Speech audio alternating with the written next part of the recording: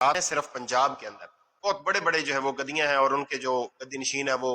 इंतखाबात में हिस्सा लेते हैं। तो बंदा ये सोचता है कि ये सारे गद्दी नशीन इतने अमीर कैसे हो गए, इनके पास जो इतनी जायदादें आई हैं ये कहाँ से आई हैं। मैं आपको बताता हूँ ये कहाँ से आई हैं। यहाँ के जो गद्दी नशीन है ये पहली बार जंग आजादी के मुजाहिदीन को कुचलने के लिए ईस्ट इंडिया कंपनी के दस्ते रास्त थे और इन गद्दी नशीनों ने अंग्रेजों के हक में फतवे दिए और जंग को बगावत करार दिया और इनाम के तौर पर जागीरें इनको मिली और इन्हीं गद्दी नशीनों को अंग्रेजों ने नौबादियाती अहद जो था उनका उसमें पावर स्ट्रक्चर के तौर पर इन्हें इस्तेमाल किया और इनके जरिए से अपने क्लचेस को बड़े सगीर के अंदर मजबूत किया और इनको बड़े बड़े रकबे दिए, बड़ी बड़ी जागीरों से इनको नवाजा। अभी यहाँ नाम लेना तो किसी का मुनासिब नहीं है, लेकिन फिर भी मैं आपको अगर कुछ उसके ग्लिम्सेस बताऊं तो सरगोदा में जो शाहपुर का इलाका है वहां पे एक गद्दी है, उसको 6000 से ज्यादा एकड़ जमीन जागीर के तौर पर मिली। इसी तरह अटक में एक गद्दी है, वहां पे उनको 25,000 से ज्यादा एकड़ जमीन मिली। झंग का एक बहुत बड़ा नाम है सियासत के अंदर, उनको 9,000 एकड़ से ज्यादा जमीन जो है वो अंग्रेज ने दी। मुल्तान का एक बहुत बड़ा नाम है, उनको 11,000 एकड़ से ज्यादा जमीन दी। मुल्तानी के एक और गद्दी है, उनको 7,000 से ज्यादा एकड़ जमीन दी। और एक जलालपुर में एक बहुत बड़ी गद्दी है, वहां पे भी पीर साहब एक है, तो उनको 34,000 एकड़ से ज्यादा जो है वो जमीन उनको दी गई।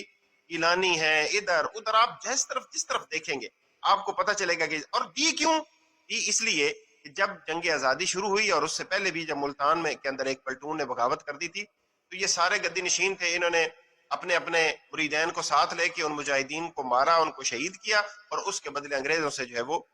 नगद पैसे भी लिए और अपनी इस वफादारी के सिले में उनसे जागीरें भी वसूल की और साथ साथ उन्होंने इनको मुख्तलिफ ओहदे दिए, किसी को किसी नाम से, किसी को सर का खिताब दिया, किसी को जनाब किंग का खिताब दिया, किसी को जैलदार का खिताब दिया, किसी को किसी ओहदे पे लगाया, किसी को किसी ओहदे पे लगाया। और ये सारे लोग जो थे बुनियादी तौर पे अंग्रेज के मफादात के मुहाफिज थे इस इलाके के अंदर। लेकिन फिर जब पाकिस्तान बना उस वक्त तो इन सब ने मुखालफत की, चंद एक जो है वो पीराने उज़ाम के अलावा बाकी सब ने पाकिस्तान बनने की मुखालफत की थी और अंग्रेज का साथ दिया था। जब पाकिस्तान बन गया तो ये पाकिस्तान के मामे बन गए आके, और उस वक्त से लेके आज तक ये खानदान है जो मुख्तलिफ पार्टियां ज्वाइन करते हैं, कभी मुस्लिम लीग नून ज्वाइन करते हैं, कभी पीपल्स पार्टी ज्वाइन करते हैं, कभी तहरीक इंसाफ ज्वाइन करते हैं, कभी काफ लीग ज्वाइन करते हैं, लेकिन रहते पावर हाउस के अंदर है और उन्हीं जागीरों से आया हुआ पैसा। और उन जागीरों के ऊपर मैं बिल्कुल कैटेगोरिकली ये कहना चाहता हूँ, कोई हक नहीं है इनको उन जागीरों के ऊपर। अंग्रेज का कोई राइट नहीं था कि इतने बड़े बड़े रकबे जो है, जो यहाँ के लोगों की मलकियत है, जो यहाँ की अवाम की मलकियत है, वो इन लोगों को देकर जाए। लेकिन वो देकर गए और इनके ईमान के ऊपर उससे कोई फर्क नहीं पड़ा, इनको कोई परेशानी नहीं है उससे, और इन्होंने उन्हीं जमीनों की पैदावार और उन्हीं से आने वाले पैसों से इस्तेमाल करके अपने इलाके के लोगों को जो है वो अपना गुलाम बना के रखा, उनसे वोट लिए, पावर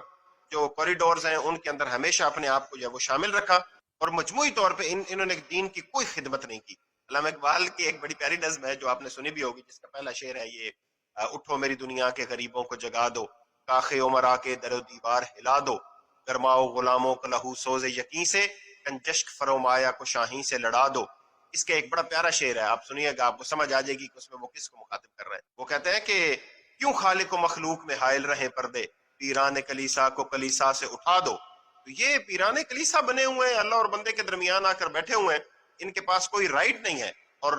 मैं इसमें खसूसी तौर पर यह कहना चाहूंगा उन लोगों से कि जो अल्लाह ताला से इनके जरिए से राब्ता करना चाहते हैं, मैं आपको बताना चाहता हूं कि कुरान ये कहता है कि अल्लाह ताला शाहराग के करीब है। आप खुद भी बात करें, आपको किसी वास्ते की जरूरत नहीं है अल्लाह ताला तक पहुंचने के लिए। ये लोग इस्लाम और पाकिस्तान के अगर वफादार होते तो इनकी तारीख में गद्दारी न